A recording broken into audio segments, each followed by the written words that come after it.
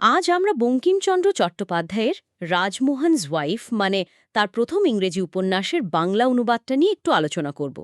বিশেষ করে এর একাদশ পরিচ্ছেদ চোরের ওপর বাটুপাড়ি। হ্যাঁ, সজনীকান্ত দাশের অনুবাদটা। আর এই পরিচ্ছেদটা শুরুই হচ্ছে একটা যাকে বলে ক্লাইম্যাক্স দিয়ে। ঠিক, একেবারে চরম উত্তেজনা। রাজমোহন মানে স্বামী তার স্ত্রী মাতঙ্গিনীকে খুন করতে যাচ্ছে। উফ, ভাবা যায়। আর ঠিক সেই সময়েই কিনা দরজায় ধাক্কা, দুজন লোক ঢুকে পড়ল। হ্যাঁ, একদম। এই যে একটা ঘরোয়া হিংসার মুহূর্ত, তার সাথে বাইরের অপরাধ জগতে ঢুকে পড়া, এই ব্যাপারটা নিয়ে আমরা আজ কথা বলবো। দেখব যে চরিত্রগুলোর মধ্যে কে কার পক্ষে কে নয়, মানে আনুগত্য, বিশ্বাসঘাতকতা, এইসব আর কি। আর সবশেষে অবশ্যই মাতঙ্গিনী, তার ওই বিপদ থেকে পালানোর চেষ্টাটা। তো শুরু করা যাক। আচ্ছা, তো রাজমোহন ছুরি তুলেছে মাতঙ্গিনীকে মারবে বলে। ঠিক তখনই বাইরে থেকে একটা কর্কশ গলা হ্যাঁ, বলছে, আরে চোয়ার, নিজের পরিবারকে খুন করবি নাকি? লোকটার চেহারা, হাতের অস্ত্র, দেখেই বোঝা যাচ্ছে যে সে কোনো ভালো লোক নয়। একদমই। একটা ভয়ঙ্কর অপরাধের উপর আরেকটা অপরাধের ছায়া এসে পড়ল যেন। কিন্তু রাজমোহনও কম যায় না। সে নিজের দোষ ঢাকতে উল্টে ওদেরকেই চোর ডাকাত বলছে। কে তোরা, আমার ঘরে ডাকাতি? এটা বেশ মজার, তাই না? হ্যাঁ, যে নিজেই খুন করতে যাচ্ছিল সেই এখন চোর চোর বলে চেঁচাচ্ছে। এখানেই চরিত্রটার প্যাচটা বোঝা যায়। কিন্তু ওই আগন্তুক আরও ধুরন্ধর মনে হচ্ছে। তা তো বটেই। সে বেশ ব্যঙ্গ করেই বলছে, ডাকাত নয় বন্ধু।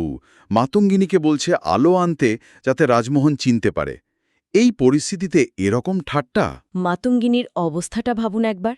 একদিকে স্বামীর খাড়া, অন্যদিকে এই অচেনা লোকগুলো। সে তো নড়তেই পারছে না ভয়ে। হ্যাঁ, রাজমোহন ওদের বেরিয়ে যেতে বলছে, কিন্তু আগন্তুক যেন মজা পাচ্ছে, হাসছে। আর রাজমোহন রেগে গিয়ে আক্রমণ করে বসল। হ্যাঁ, কিন্তু লাভ হলো না। আগন্তুক খুব সহজেই তাকে পেড়ে ফেলল। ছুরিটা ছিটকে গেল হাত থেকে। তারপর? তার মানে এরা পরিচিত? একই দলের লোক। হ্যাঁ, মনে হচ্ছে তাই। শুধু অত্যাচারী স্বামী নয়, রাজমোহনের আরও একটা পরিচয় আছে। সে এই অপরাধ জগতের অংশ। ও আচ্ছা, এইবার ব্যাপারটা অন্যদিকে মোড় নিচ্ছে তাহলে। হ্যাঁ, ঠিক, সর্দার এবার রাজমোহনকে প্রশ্ন করছে কেন সে বউকে মারতে যাচ্ছিল। কিন্তু রাজমোহন কি উত্তর দেয়? মনে হয় না। না, সে এড়িয়ে যায়। উল্টে সে প্রশ্ন করে সর্দার কেন তার বাড়ি এসেছে।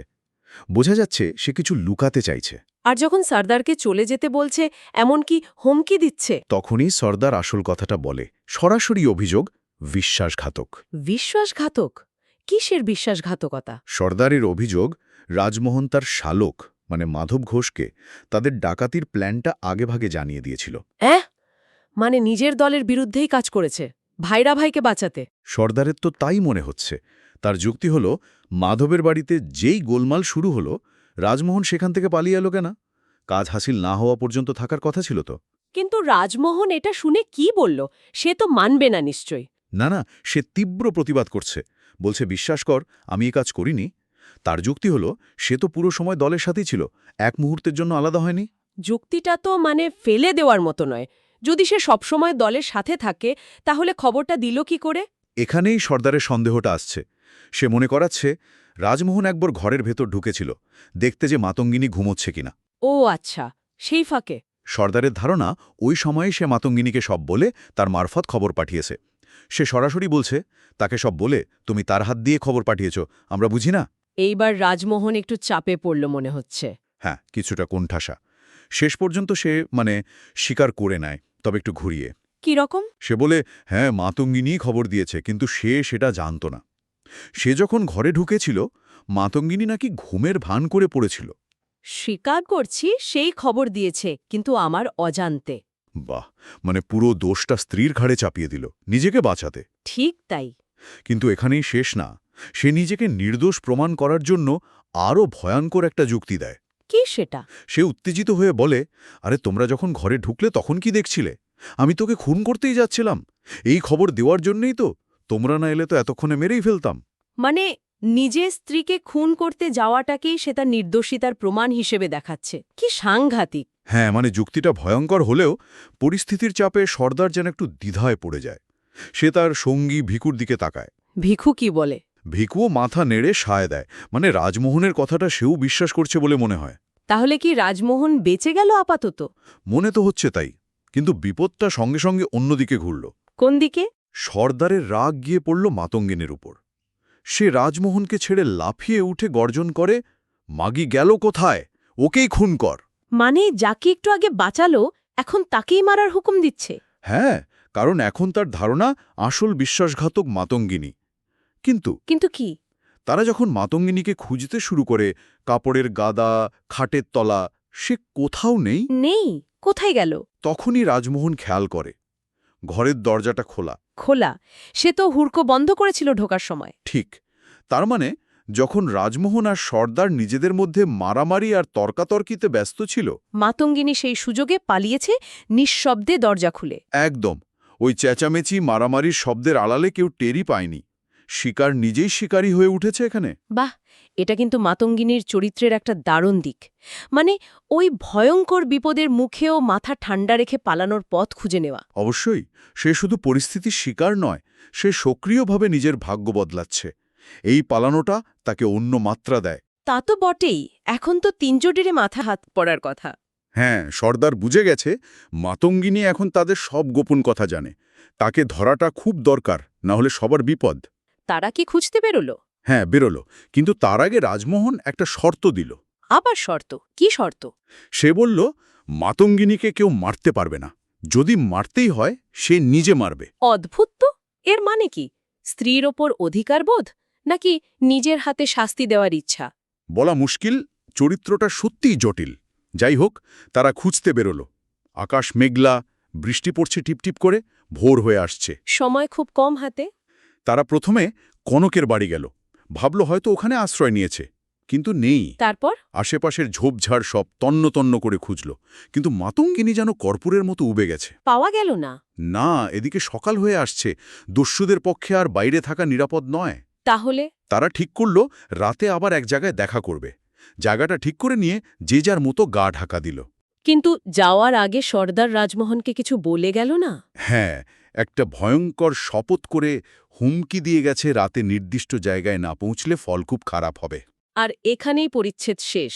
হ্যাঁ, একদম একটা অনিশ্চয়তার মধ্যে দিয়ে শেষ। মাতঙ্গিনী কোথায়? তার কি হবে? রাজমোহন কি সর্দারের কাছে যাবে? অনেকগুলো প্রশ্ন। সত্যি, এই পরিচ্ছেদটা পড়ার পর অনেক কিছু ভাবার আছে। প্রথমত ওই নৈতিকতার ব্যাপারটা, তাই না?